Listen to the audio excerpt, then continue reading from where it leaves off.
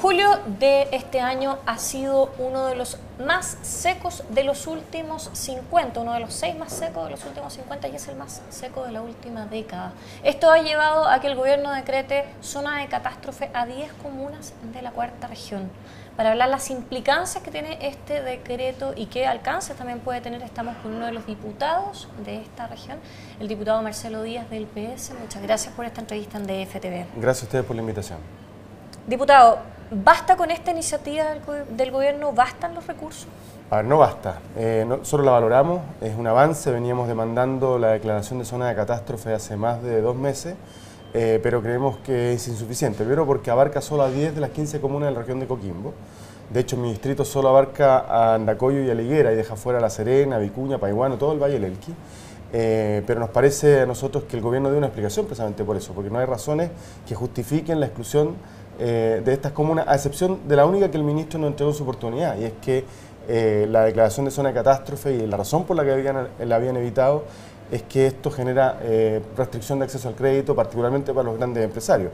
Yo espero que este no sea el motivo por el cual se excluyó a 5 de las 15 comunas de la región, pero obviamente nos preocupa. ¿Por qué pasa esto de que se restringe el acceso al crédito? La verdad es que tiene que ver con los mecanismos de riesgo crediticio de las instituciones financieras, que obviamente al ver que hay condiciones de menor productividad como consecuencia de un factor climático, encarecen el crédito. Entonces, esa fue la explicación que nos dio el ministro hace más de un mes cuando le fuimos a plantear, junto con los parlamentarios de la oposición y dirigentes sociales de la región, la urgencia de decretar zona de catástrofe, porque mira, había una convicción a esta altura yo creo que transversal, y es que con los recursos regulares que el Estado dispone para la región de Coquimbo era insuficiente para hacerse cargo de la crisis. En segundo ¿De cuánto lugar, estamos hablando en estos recursos? Estamos hablando, por ejemplo, nos dijo que INDAP iba a disponer de 400 millones extraordinarios. 400 millones extraordinarios significa que si uno lo divide por las 10 comunas que fueron decretadas zona de catástrofe, son 40 millones de pesos por comuna. Los 400 son en el caso de zona de catástrofe. Pero solo INDAP, como planes de emergencia, antes de decretar la zona de catástrofe. Pero en una reunión en la que estaba el director de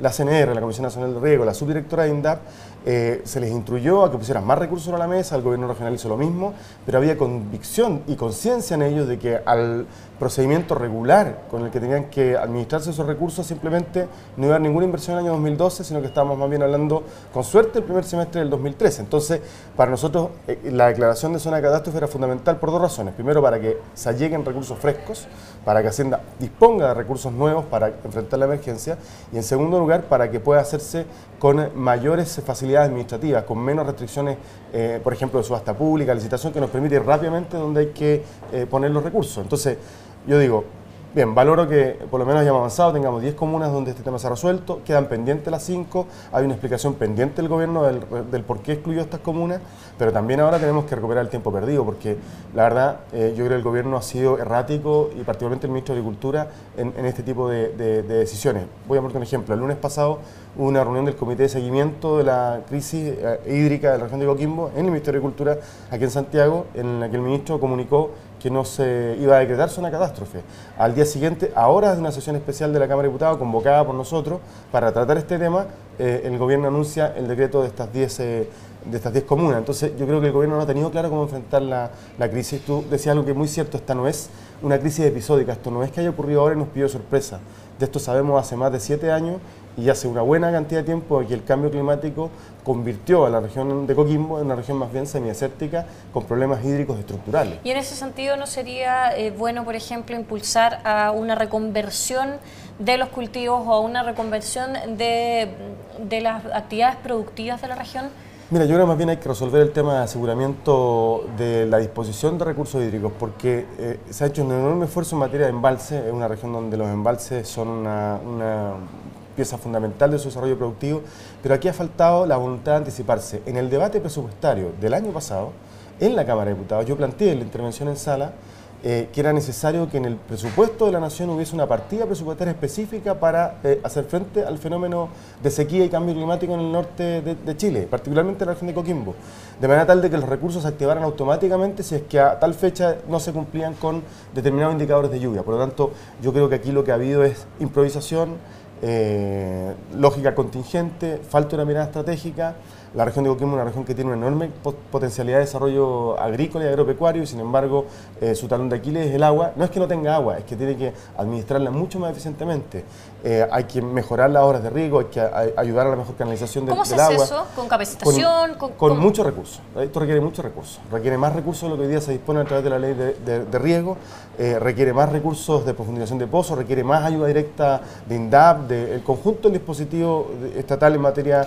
Sabemos, diputado, que los recursos son escasos, sabemos que no somos un país rico además, entonces ayudar a esta región en particular, aumentando considerablemente los recursos, ¿va a tener un rédito para el país? Por cierto, esta es una de las regiones que es parte de la idea de Chile como potencia agroalimentaria. No es posible pensar en ese proyecto, en ese sueño de país, sin considerar a la región de Coquimbo.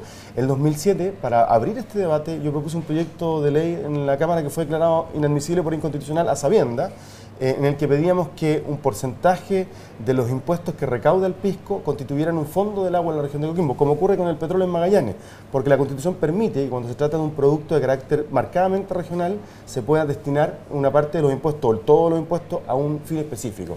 Es una excepción. El pisco es uno de esos productos que solo se produce en 2 regiones de Chile. No hubo acuerdo, por cierto el proyecto fue rechazado, fue declarado inadmisible, pero logramos construir un primer principio de acuerdo con el Ministerio de Hacienda de la época para iniciar una modificación a la ley de riego para aumentar el nivel de bonificación a proyectos grandes, medianos y pequeños. Se hizo, faltan más recursos hoy día. Mira, siempre se dice como lugar común, el futuro, las guerras del futuro son por el agua. Bueno, nosotros en Chile tenemos un problema de agua. La comuna de La Higuera. En la comuna de La Higuera, el 90% de los derechos de agua están en manos de grandes agricultores y grandes mineras, Barrick, Compañía Minera del Pacífico, etc. Y sin embargo, hoy día si un pequeño agricultor quiere inscribir derechos de agua, simplemente se encuentra con el bloqueo de las mineras y la oposición formal de los procedimientos de inscripción de agua. Entonces también un problema de inequidad en la distribución de los recursos. Es una región que tiene pocos derechos de agua, que tiene poca agua y donde los derechos de agua están repartidos inequitativamente, concentrados en grupos económicos muy grandes. Entonces hay una disputa permanente que a mi juicio, yo se lo advierto al gobierno y se lo he dicho, está constituyéndose una bomba de tiempo que en cualquier momento puede estallar, porque la inequidad en la distribución del recurso hídrico en la región de Coquimbo, sobre todo en contexto de sequía, puede terminar convertida en explosión social. Diputado, ¿cuáles son los pasos a seguir ahora que ya está el decreto de zona de catástrofe con estas regiones? ¿Qué es lo que se puede hacer en lo inmediato para tratar de paliar en algo esta situación en la que está muriendo ganado caprino, están con problemas en las hortalizas? Mira, yo creo que hay 3 o 4 medidas así urgentes. Primero, asegurar 100% la provisión de agua potable para los sectores que no disponen de sistemas propios. Agua potable para el consumo de la población. Para el consumo humano, exactamente, por la vía de camiones de aljibe. Eso significa comprar más camiones de aljibe, disponer más vehículos para esa tarea, eso habrá que hacerlo. Hay comunas donde hay un solo camión de aljibe y si este falla simplemente la gente se queda sin agua. En segundo lugar, resolver el tema de los crianceros. Estamos en etapa de apariciones, hay un enorme nivel de mortandad, de cría. 20% de las crías. Exactamente. Ahí hay que comprar ganado caprino, particularmente aquel que no tiene pasto, que no tiene forraje. Hay que también aportar directamente al sustento de las familias, porque no solamente tienen un problema para mantener sus animales, sino que hoy día para mantenerse ellos mismos. Hay gente que no tiene hoy día ingresos suficientes para poder alimentar a su familia. Creo que el INDAP debe ser más proactivo en buscar repactación y condonación de deuda con los pequeños agricultores que están en las zonas más afectadas. Creo que ahí hay un enorme esfuerzo que hacer. Y en tercer lugar, o en cuarto lugar, obras de riego menor. Mejor canalización, entubamiento de canales, mejorar la conducción, disminuir los niveles de pérdida del agua. Creo que hay un enorme esfuerzo que hacer ahí. Ahora para la emergencia. Desde el Estado, ¿no? Desde el Estado, con el apoyo de los municipios, con el apoyo de los particulares también. Te voy a dar un ejemplo. El embalse Puclaro, que es el segundo más grande de la región, durante mucho tiempo perdía agua a caudales en el mar como consecuencia simplemente de su filtración hacia el mar. Hoy día esa agua vale oro, pero ya no la tenemos. Entonces, si antes hubiésemos invertido en asegurar una mejor canalización y disposición de las aguas que se pierden, a lo mejor tendríamos una reserva un poco más grande que la que hoy día tiene el Puclaro, que no llega al 20%. Entonces, ahí sí que el Estado tiene que intervenir muy decisivamente y muy rápido, porque si no se hace ahora, hay agricultores, particularmente pequeños agricultores, que de esto no se reponen. No sé, ahora viene la pérdida de su capacidad productiva del año y luego la quiebra y la ruina familiar. Diputado, para cerrar, ¿qué cree usted que va a pasar con estas 5 comunas que faltaron por declarar zona de catástrofe? ¿Cómo ve? ¿Cree que va a haber alguna explosión social o algo así? No, yo creo que el gobierno, a través del Ministro de Agricultura y el Intendente Regional, le dé una explicación a la región. Nosotros queremos saber si es verdad aquello que se dice. y es que la razón es para proteger el acceso al crédito de los grandes empresarios y se sacrifica finalmente a los pequeños agricultores, a los crianceros. Segundo, que lo corrijan y que lo rectifiquen y que incorporen a estas comunas dentro del decreto de zona de catástrofe para que también puedan beneficiarse. En La Serena, por ejemplo, una de las comunas más grandes de la región, tiene un enorme sector de secano costero e interior que hoy día está completamente abandonado. Yo hoy día recibí el informe municipal y la verdad es que ahí o hay recursos extraordinarios o vamos a tener también una tremenda devastación. Entonces, lo que nosotros esperamos y lo conversamos así con el resto de los parlamentarios es que el gobierno recapacite, extienda el decreto al conjunto de las 15 comunas de la región, pero sobre todo que ponga en marcha rápidamente un plan para recuperar los 2 o 3 meses que hemos perdido con iniciativas que no han funcionado, como la del bombardeo en U y otras cosas que simplemente no dieron resultado. Perfecto, muchas gracias por su tiempo. Muchas gracias a ustedes. Muchas gracias por esta entrevista.